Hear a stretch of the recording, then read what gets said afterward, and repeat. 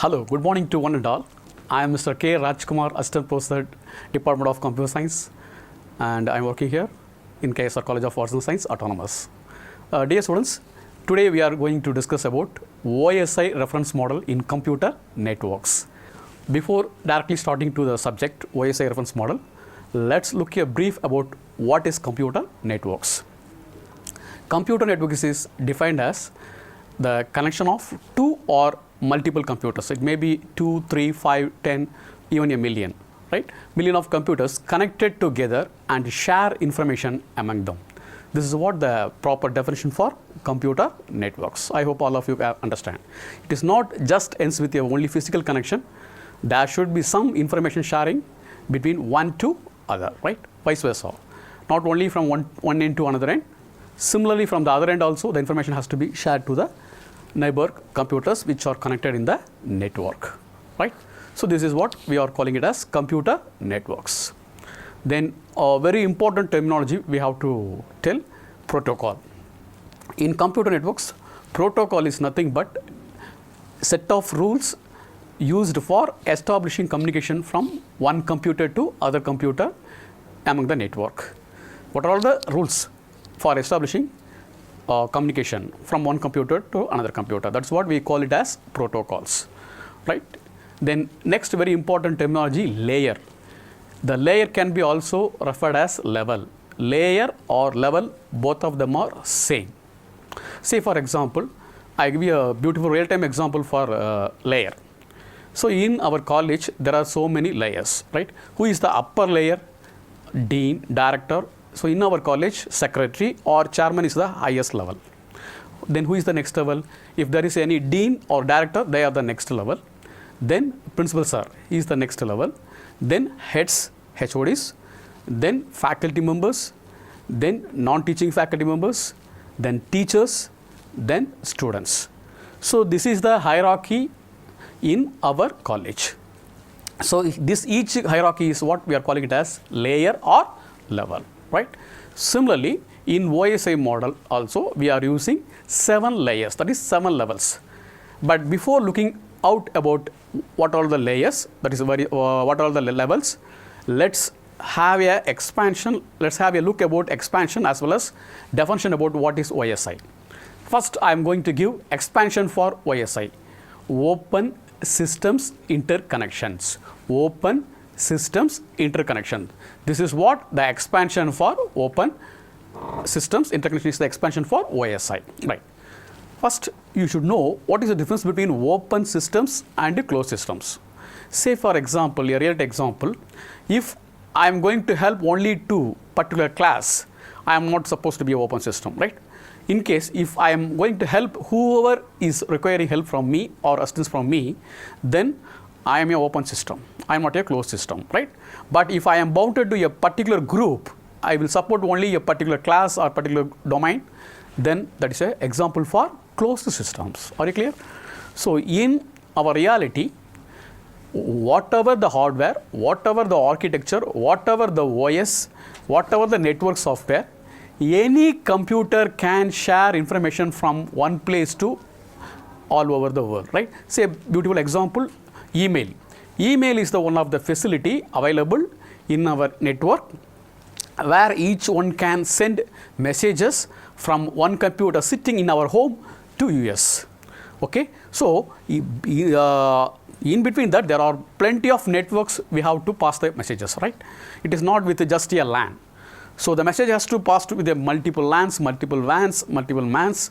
Then only it will reach through some other place where it has been located. It may be a outside country or within the country or anywhere in the world, right? So that kind of systems are what we generally refer as open systems. Open systems are the systems which supports to pass communication from irrespective of any hardware or any platform from one computer to another computer, right? So as I have said, what is open systems? Now we are going to look out in detail about OSI reference model, right? So in this OSI model, there are 7 layers. So if you look out to the diagram, there is a sender which consists of 7 layers. Similarly, at the right hand side, if you look out the receiver, there also it contains 7 layers, right? So what are the layers? physical layer, data link layer, network layer, transport layer, session layer, presentation layer, then application layer. These 7 layers are common in both sender as well as receiver, right? So which one is the topmost one? Application layer, right? That is the topmost layer. So whenever a sender machine sends any message, it starts to pass from the sender's application layer to next one, right? Application layer, then it will go to the presentation, then session, then transport, then network, then data link, then physical layer, right? Then through the physical layer, the information passes to the receiver's physical layer, then it goes upwards, physical layer, data link layer, right? Then network layer, then transport layer, then session layer, then presentation, then finally receiver's application layer, right? So here if you look at the diagram, each layer is not directly connected, right? That is why if you notice it has been connected in the indirect way by putting the symbol dot dot dot. So that means it is not having a direct connection, it is an indirect connection. So now I will give you a simple real-time example for understanding this concept. Consider we are having 2 blocks, A block, C block, right? If the person in A block third floor wants to give some packets to D block third floor, it is possible, right? But not directly. He cannot jump over and give it, right? So what he has to do? He has to come second floor, then again he has to come first floor, then ground floor, then he has to go to the next block, then from he has to start with the first floor, second floor, then D block third floor, he will give that packet, right? That is what the logic here. So it is possible, but it is not directly possible. That is why it has been represented in the dotted line. So each layer defines, each layer or level, both are same as I told. So there are 7 protocols. That's what it has been represented in the diagram. Each upper layer defines what is the work of lower layer, right? So application layer, if you look at the layer 7 protocol, that defines what is the work of the next lower level layer. Here what is the next lower level? Presentation, right? So what is the work of the presentation layer? That has been defined by application layer. Similarly, what is the work of session layer? That is defined by the upper layer, that is presentation layer. Simple example. Here also, in our college, who is the higher authority? Upper one. Principal sir is the upper one. He will define what is the work of the head of the department, right?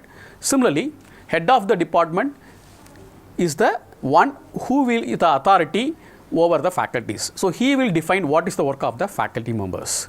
Similarly, the faculty will extract the work from the students because they are the upper layer, right? So each upper layer defines what is the work of the subsequent lower level layers. So that is what represented in this block diagram. Why I say reference model? Both sender as well as receiver, right? So here each one consists of the same 7 layers, right? And also I explained how the message has been passed from the sender's upper layer to receiver's upper layer, right? I hope you understand the block diagram explanation. Now I am going to cover each layer's function one by one next, okay? Now we are going to see the first one, physical layer. So what are the functions of physical layer? First one, this layer defines the characteristics of interfaces and types of medium. What is the characteristics of interfaces? Whether you are going to use serial interfaces or parallel interfaces, that is defined by physical layer. And what is the medium, transmission medium? Whether you are going to use coaxial cable or twisted pair cable or optical fiber, which one you are going to as a transmission medium for transferring the information from sender to receiver, right? That is decided by, that is defined by physical layer. The next point, representation of bits. What voltage level is used to represent bit 0 as well as what voltage level is used to represent bit 1, right? That is on state, off state. So that is also defined by physical layer. Then the next one, data transfer rate. How many number of bits to be transferred during the transmission, right? Per second. It's very important, per second. Number of bits to be transferred per second. That is also defined one of the function of physical layer. Then next one, synchronization of bits. It is nothing but synchronizing the time interval, clock interval between sender as well as receiver. This is also another function of physical layer. The next one, line configuration. Whether you are going to use single point-to-point configuration or multi-point configuration. What is point-to-point configuration? If a single link is used by one sender and one receiver and not shared that link by any other computer, then it is what called as point-to-point configuration. Suppose if it is another type, multi-point configuration, the same link is shared by multiple devices. So their sender as well as receiver may be more than one, right? So in line configuration, there are two types, single point configuration and another one is multi-point configuration. In the single point configuration, only single link, so that is shared by only one computer, so one sender as well as one receiver. Whereas when you look at the other one, multi-point configuration, the same link will be shared by multiple devices. So multiple devices, so that means more than one sender will be there as well as more than one receiver will be there, right? So whether you are going to use point-to-point or multi-point, that is also defined by physical layer. And another one function is physical topology. This is also one of the important function of physical layer. Topology, what is topology? It is nothing but just structure of the network. What type of structure you are going to use for configuring your network, okay? So there are many types of layout. It is also referred by layout, topology, architecture, all of them are same. Whether you are going to use mesh topology or star type of topology or ring type of topology, okay, or bus type of structure, which one you are going to use, that is also defined by which layer? Physical layer, okay. The next one, transmission mode. There are three types of transmission modes generally. Let's look out one by one. First one is simplex mode. In simplex mode, there is only one sender and only one receiver. In this mode, if you use this mode, only the sender can able to send the information and the receiver can able to receive the information, but the drawback is the receiver cannot be able to reply. That is the drawback. Only sender can send and the receiver can only listen, right? Say for example, if I am taking class, only the students can able to listen and they cannot able to post any queries, only they can listen. This is what the example for simplex mode, right? Then another two modes, let us look at half duplex mode. In that half duplex mode, both sender can also able to send the transmission to receiver can able to receive, as well as receiver can also able to reply to the sender. Both of this possible, but very important thing, not at the same time. This is very important. At a time, both cannot able to send. If the sender is sending, the receiver is only able to wait. They cannot able to reply or send. Understand? Only after receiving the packets, they can able to reply back to the sender. This mode is what called as half duplex mode, right? For this also, I will give you one beautiful example. If class is handled by a teacher, while the teacher is taking the class, the students can only able to listen. They cannot able to talk. After the completion of class, they can post their queries. This is example for half duplex mode. Then last one, full duplex mode. In this mode, at a time, both from the both end, both machine can be able to send packets, right? So this is what full duplex mode. So these are all the listed functions of physical layer, right? Now let us look at the next layer, data link layer. Now we are going to see the functions of data link layer. First one, framing. It is nothing but when the messages are coming from the upper layers, all the messages are converted into small packets and packet number has been put to the packets. This is what called as framing. Framing is nothing but the concept of converting the messages which are received from the upper layer and splitting into small packets and putting the sequence number. This concept is what we are calling it as framing. This is done by which layer? Data link layer, right? The next one, physical addressing. A physical addressing is nothing but when the data link layer receives the packets, when it want to pass to the receiver who is within that network, it put the address of the receiver. This is what called as physical addressing. Suppose if the receiver is not within the network and the receiver is in the other network, it will add the address of the network computer which connects to the receiver. right? That computer address has been put into the pocket. Okay, so this is what call it as physical addressing. I hope all of you understand. Again, I repeat, if the receiver is within the network, that IP address of the receiver has been put in the packet by data link layer. Suppose if the receiver is not within the network and they are in the some other network, then it will put the address of the IP address of the computer which connects to the receiver, right? Which connects to the receiver, pass the packets to the receiver. That address will be put into the message header of the packet, right? This concept is what called as physical addressing. Then flow control.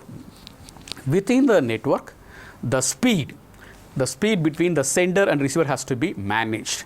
Suppose if there is overspeed by the sender, then receiver cannot be able to accommodate all the data. So the data may overflow, it may last, right?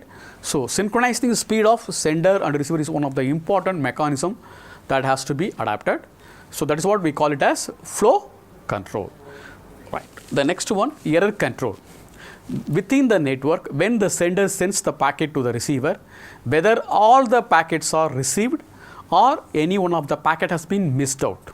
Again, I repeat, when the sender sends packets to the receiver within the network, checking out whether all the packets has been received by the receiver or any packet has been missed out, right? So that is what error control. In case of any missed packets, then the data link helps once again to send the missing packets to the receiver, right? So in this way, error control mechanism has been implemented. The next one, access control. What is access control? Within the network, all the services cannot be possible to utilize for all the computers. Say for example, a particular file can be only read by a particular computer. Other computer can have both reading as well as changing the content. And some other computer may have to modify as well as delete or download, right?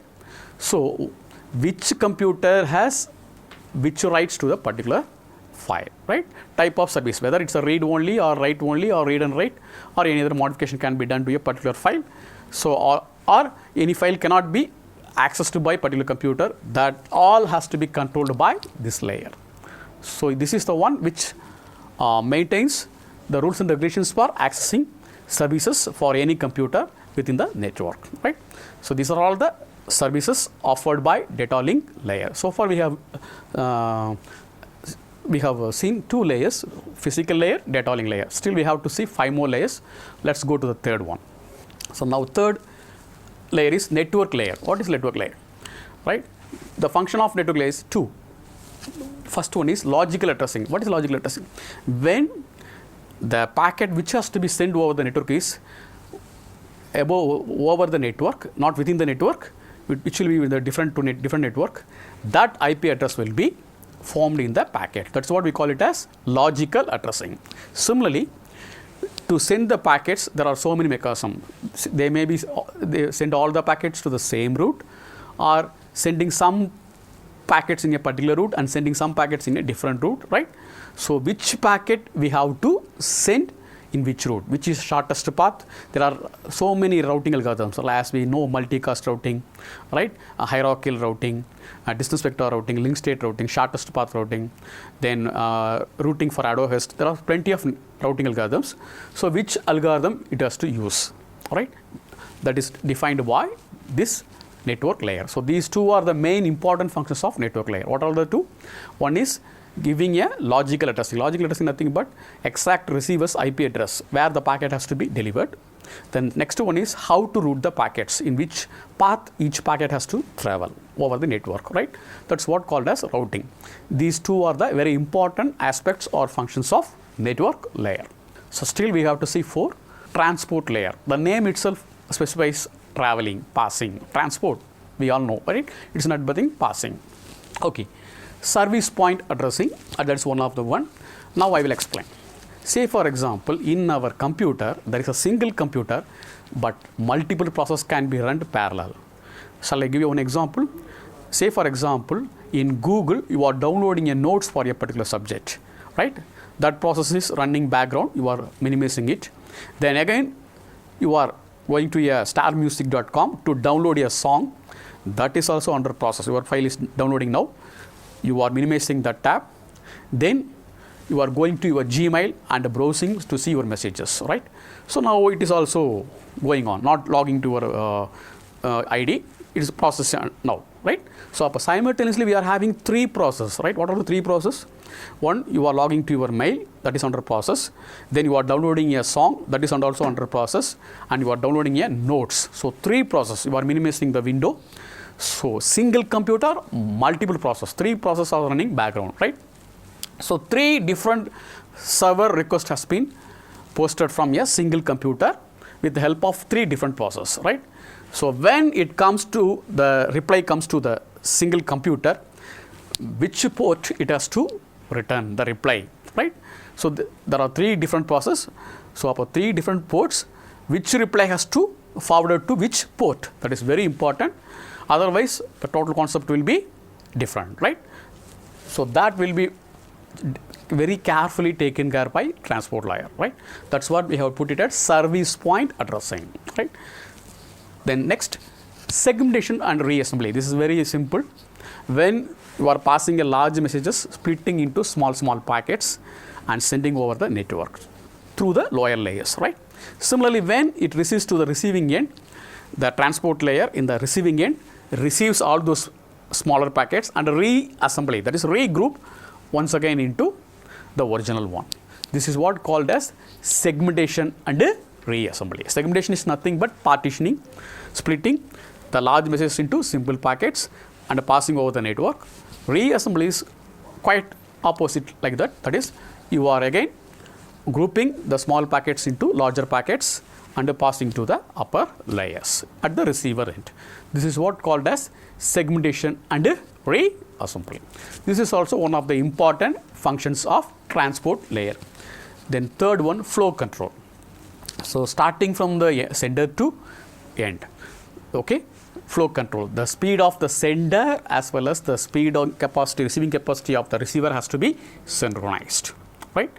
The main difference between data link layer and transport layer is the data link layer will implement flow control within the network, whereas transport layer implement flow control end to end. That is, the sender may be at one end, receiver may be at different end. Say for example, I am sending a mail from India to my client or my customer or my relative who is in US. So both of them are at different ends.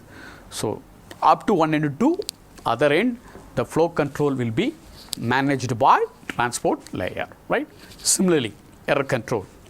The data link layer will manage, implement error control within the network, whereas starting from the one end to receiving end, the error will be checked whether all the packets are received as per they sent in the sender, any packets has been missed out, everything is properly verified by transport layer, end-to-end delivery. In simple, end-to-end delivery of checking the correctness, okay, from source to destination.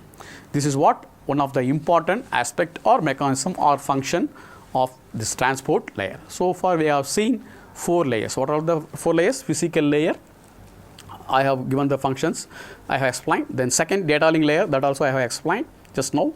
Then third, network layer, and the fourth one, the upper one, transport layer, right?